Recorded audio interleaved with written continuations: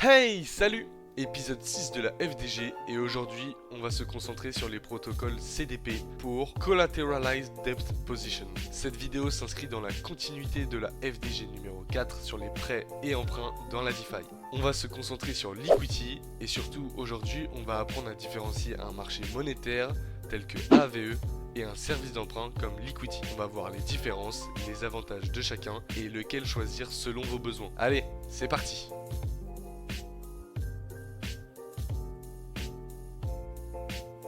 L'equity est un protocole unique en son genre qui offre la possibilité d'emprunter sur ETH et de créer Mint, un stablecoin appelé LUSD.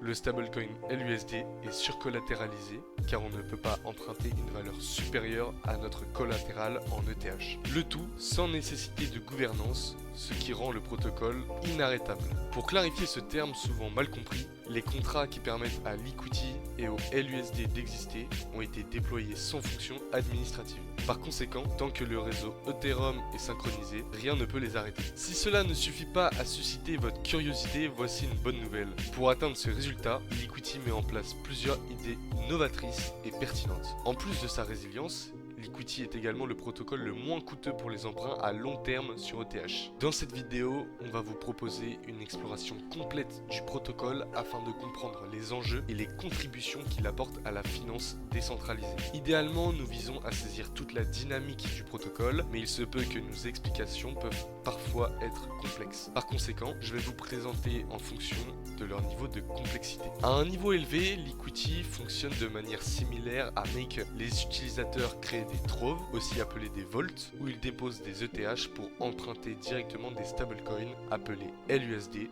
auprès du protocole. Tout comme Maker, l'equity est un service d'emprunt. Mais attention, il ne s'agit pas d'un marché monétaire à l'image de AAVE. Quelle est la différence? C'est une question de qui est-ce qui vous prête. Soit le protocole lui-même vous prête, alors c'est un service d'emprunt, soit d'autres utilisateurs via un modèle de mise en commun comme AAVE ou Compound vous prêtent et dans ce cas c'est un marché monétaire. Cette différence est extrêmement importante en termes de compétitivité du protocole. Il est presque impossible, même théoriquement, d'imaginer un marché monétaire offrant durablement des coûts d'emprunt bas sur des stablecoins. Quand on parle de coûts d'emprunt bas sur des stablecoins, c'est inférieur à 3% à l'année. En effet, les marchés monétaires doivent offrir un rendement attractif à leurs déposants en stablecoin qui ont de nombreuses autres options pour générer un rendement. Ainsi, si l'efficacité est un objectif essentiel, le modèle du service d'emprunt qui ne dépend pas des dépôts d'autres utilisateurs est fondamentalement plus efficace. L'utilisateur emprunte directement auprès du protocole à un coût moindre. Pour conclure, examinons la théorie à la lumière de la dure réalité. Ces considérations sont applicables pour analyser la conception d'un marché monétaire ou d'un service d'emprunt. Il existe des services d'emprunt a priori très efficaces qui parviennent néanmoins à être très coûteux pour les emprunteurs. Par exemple, MakerDAO. Les raisons en sont diverses, mais le fait que la DAO décide encore des frais du protocole, potentiellement de manière totalement arbitraire, semble être l'une des principales raisons. Maintenant que nous avons posé les bases, plongeons-nous dans le fonctionnement de l'emprunt avec l'equity.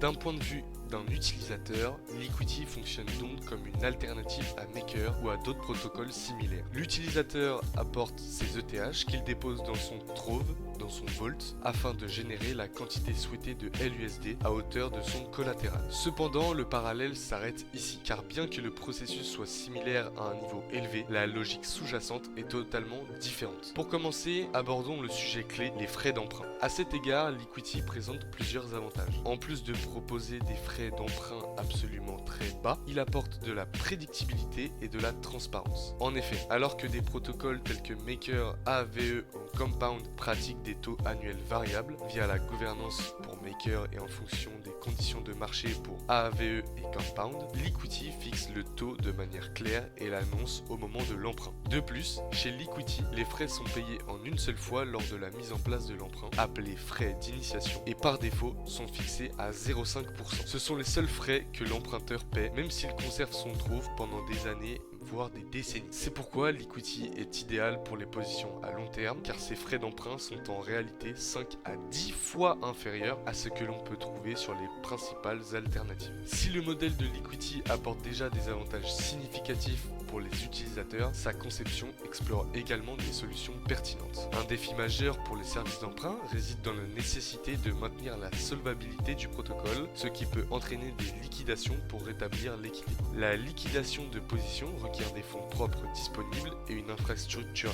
adéquate lorsque les utilisateurs le font directement, comme sur MakerDAO ou Aave. Pour optimiser ce processus, l'idée d'une réserve de liquidité a émergé. Il s'agit d'une réserve de fonds, généralement composée de stablecoins, que le protocole utilise si nécessaire pour gérer les liquidations. Dans le cas de Liquity, cette réserve est appelée la Stability Pool. Les utilisateurs peuvent choisir de déposer leur LUSD dans cette pool et sont rémunérés en LQTY. Les fonds de la Stability Pool sont utilisés lorsque des liquidations sont nécessaires. Étant donné que le système est maintenant suffisamment mature, les liquidations ont principalement tendance à se produire en cas de forte et rapide baisse du prix de l'Ethereum. Posséder une position dans la Stability Pool permet donc de profiter de ces liquidations lucratives sans même avoir les compétences ou l'infrastructure nécessaire pour les exécuter. La Stability Pool offre ainsi une option de rendement native sur le LUSD qui est relativement peu coûteuse en termes de frais de gaz et assez attrayante. Avec un ratio de collatéralisation prudent, cette approche peut même convenir à une position presque entièrement passive. Comme mentionné précédemment,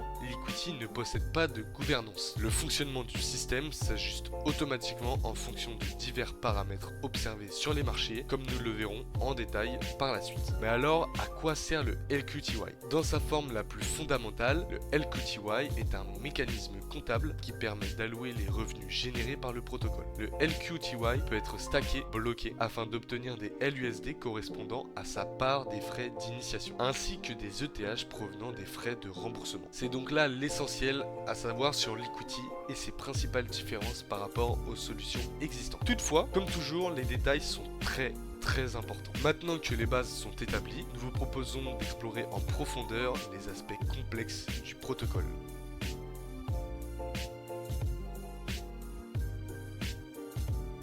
Nous avons beaucoup parlé des bons côtés de Liquity.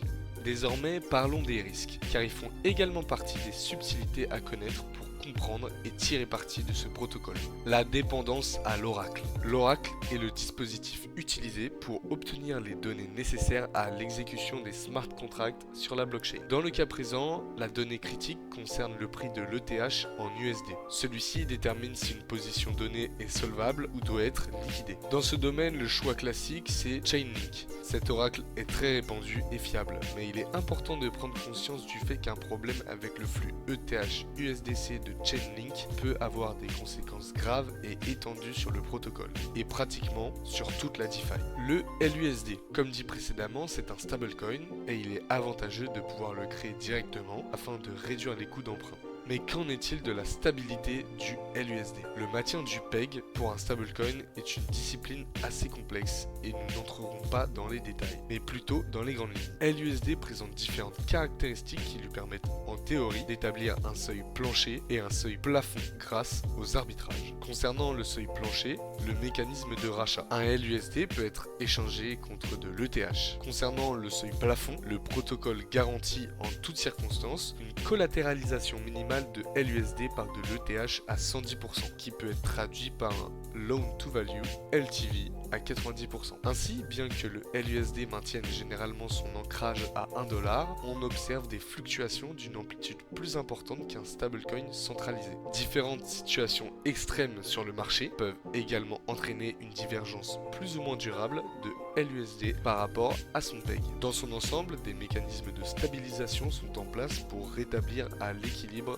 sur le long terme. Un mécanisme très innovant qui fait de Liquity une primitive dans la DeFi est la décentralisation des interfaces utilisateurs. Je m'explique. Le protocole Liquity ne gère pas le site de l'application. Et oui, cela peut sembler très étonnant, mais au lieu de cela, elle met à disposition un SDK front-end qui permet à d'autres développeurs d'exploiter leur propre interface utilisateur de Liquity. Cette approche permet à Liquity d'aller encore plus loin que les autres protocoles en termes de décentralisation et d'offrir une solide garantie qu'au moins l'une des interfaces utilisateurs restera disponible quelles qu'en soient les circonstances. Cette spécificité de Liquity reflète le reste du protocole. Une approche innovante, différente et réellement pertinente que vous pouvez tout simplement pas ignorer. Pour résumer ce petit détail, c'est-à-dire que si un site se fait pirater, vous allez pouvoir toujours trouver un autre site développé par un autre développeur pour utiliser Liquity. Une statistique qui va résumer notre épisode d'aujourd'hui est le fait que aujourd'hui, Liquity est le protocole qui possède le plus de forks dans toute la DeFi, c'est-à-dire qu'il a été répliqué par des concurrents à l'identique. Bien entendu, Liquity est disponible uniquement sur la blockchain